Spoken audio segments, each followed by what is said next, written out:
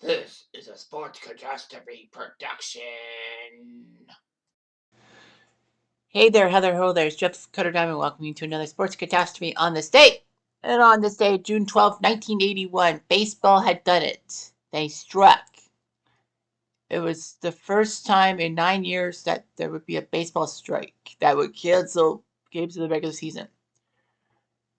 Now, Major League Baseball didn't have a strike till 1972, and then it struck during spring training, and it ruined the start of the regular season. In fact, 1972, there was a controversial decision made, kind of like 1981. In 1972, it was decided that any games that were wiped out by the regular season would be wiped out and not replayed or rescheduled.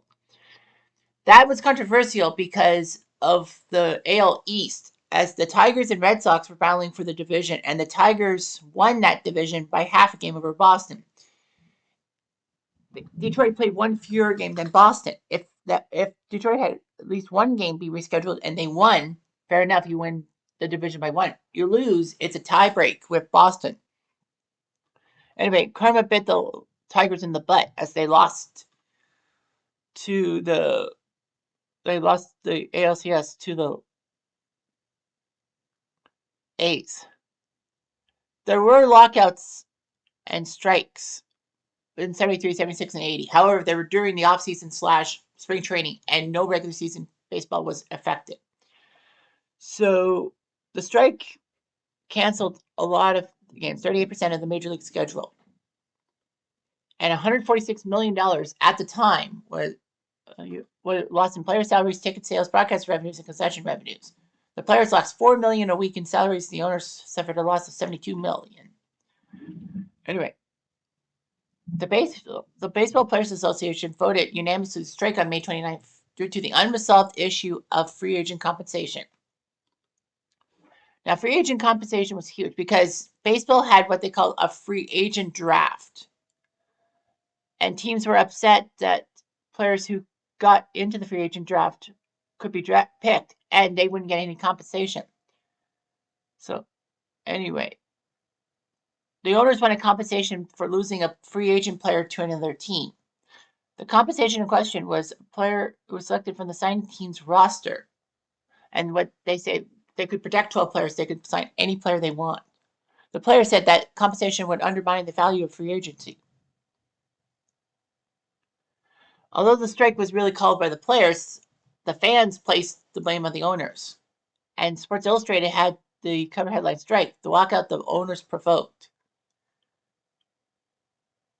Basically saying that one of the reasons the owners doled out such hefty contracts for a while was that they were afraid of losing disgruntled stars into the free agency reentry draft. They needed a going rate and all that. There was an arbitration problem and all of that. The owner's desire was trying to save money because, you want it to, have all that. So that was the major thing. It wasn't really a salary thing. It was just the free agency situation and all of that. So baseball struck June 12, 1981. It was a decent first half of the baseball season and all that. I mean, the 81 season served up some memorable moments, such as Fernando Valenzuela coming all the way out, becoming a starting pitcher, and proving Fernando Mania. He actually had 4 complete game shutouts in his first 5 starts. Steve Carlton got 3,000 strikeouts. Charlie Lay of the Expos threw a no-hitter against the Giants. Len Barker threw a perfect game against the Blue Jays, May 15th of 81, and all that. It was just humongous and all that. Nothing could be further from the truth.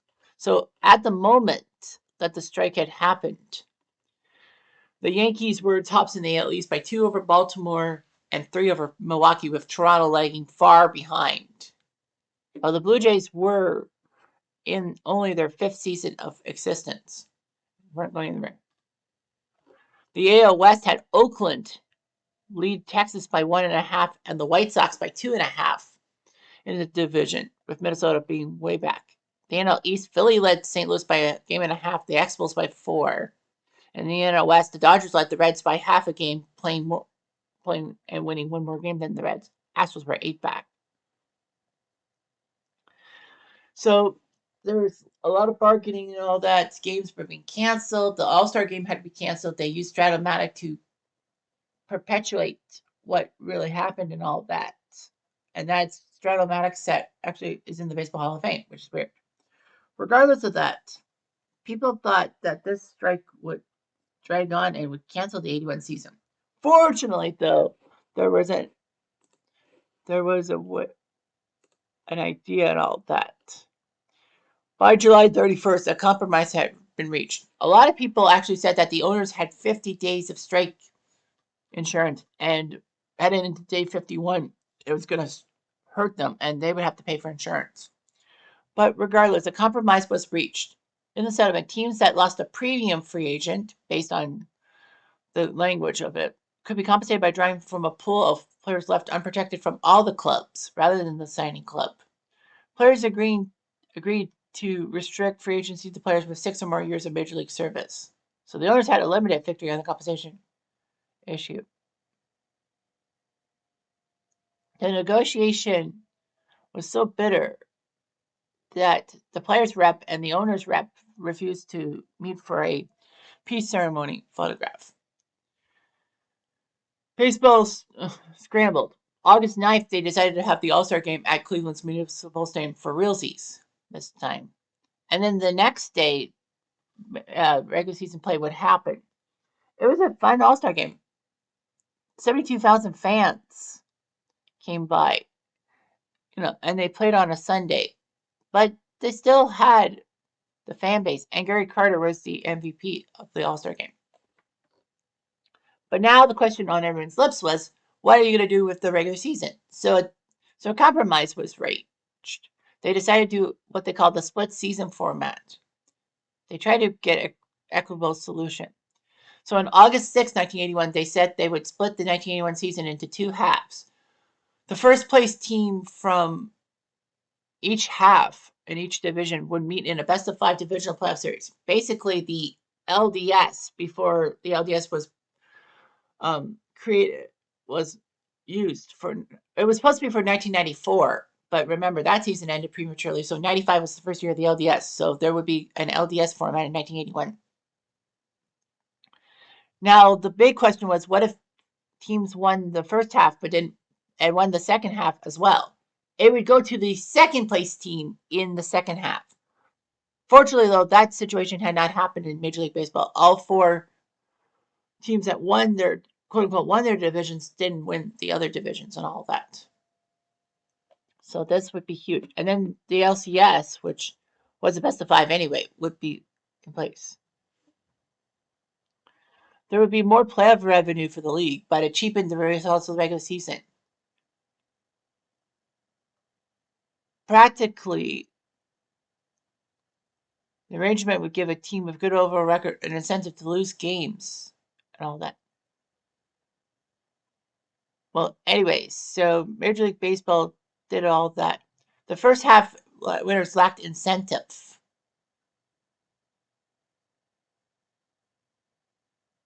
To repeat. There were only 3 games above 500. Practically, the intensity would hurt and all that. Teams would play between 106 and 109 games. The Cardinals and Pirates only played 102 games. The Giants played 111, so that was like unbelievable and all that. So yeah, it was amazing. So the second half happened. In the AL East, the Yankees only were 1 game below 500, but they weren't really playing for much. The Jays were still the worst team in the AL East in the second half, but it didn't matter. The Brew Crew winning the second half by 1.5 games over the Red Sox and Tigers. So Milwaukee would face the Yankees in the ALDS. In the Yeah, in one of the ALDS matches. The Yankees actually won the first 2 games in Milwaukee and couldn't finish the job at home by game 4. And Steinbrenner came into the Yankees dressing room and was upset. Catcher Rick Cerrone was so mad, thinking that Steinbrenner was attacking him personally. He wanted to attack Steinbrenner, but was pulled back. Fortunately for the Yankees, they did win game 5. Go to the LCS. In the AL West, Kansas City beat Oakland by a game. Weird how Kansas City played 53 games in the second half. Oakland only played 49, but Kansas City won by 1 game. The worst part about it was that the Royals were actually 10 games below 500 in the first half, and then they won the second half. Oakland were trying. I mean, 5 games below 500. Yeah, the Royals were 3 games below 500 overall, and yet they got a trip to the AL West playoff against the A's. Fortunately, though, Oakland did sweep Kansas City. In the NL East, the Expos shocked a lot of people by winning the division, only by a half game over the Cardinals. Expos had the benefit of playing and winning 1 extra game than the Cardinals did. The Expos and Phillies were second and third in the NL East in the season combined. The only problem was the top team was St. Louis by percentage points. They had a 578 percentage in the 2 halves, and they still didn't make it. So it was Philly versus Montreal, and St. Louis felt cheated. However, they can take solace in the fact that they did win the 1982 World Series, and also that they weren't the best team in baseball not to get into this playoff. Houston won the second half by a game and a half over the Reds.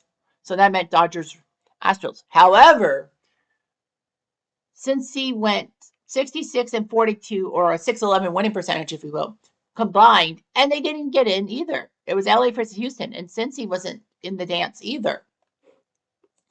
So that just cheapened it out. That St. Louis and Cincy both were the best teams in their divisions by percentage points, and they weren't going to the LDS.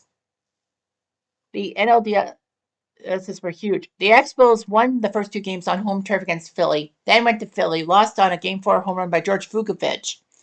But Steve Rogers outdueled Steve Carlton, and the Expos were going to the LCS. In the other one, the NL West Division Series, Dodgers and Astros. Astros won the first 2 games on home turf, but the Dodgers won the next 3 on their turf to take out the Astros. In the ALCS, the Yankees easily dispatched up Billy Martin and his A's in 3 straight games. As for the NLCS, well, 2 words: Blue Monday. Of course, if you don't know what I'm talking about, Rick Monday of the Dodgers hit a penny-winning home run against the Expos off of Steve Rogers in Game 5 of the NLCS, sending the Dodgers to the World Series against the Yankees, which they won, only being down love 2 to the Yankees, but won 4 straight. So the 81 baseball season was a total shit show, and I must say so myself. Anyhow, I'm Jeff Diamond.